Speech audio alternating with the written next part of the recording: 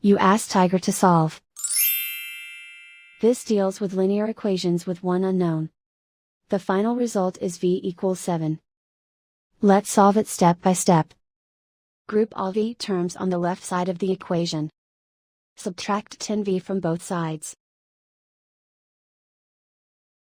Group like terms. Simplify the arithmetic. Group like terms.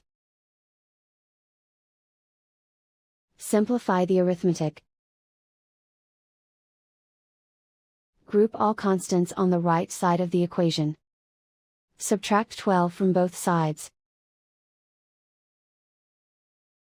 Simplify the arithmetic.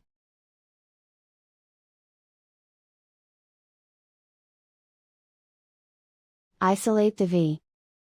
Divide both sides by -4. Cancel out the negatives. Simplify the fraction. Cancel out the negatives. Find the greatest common factor of the numerator and denominator. Factor out and cancel the greatest common factor.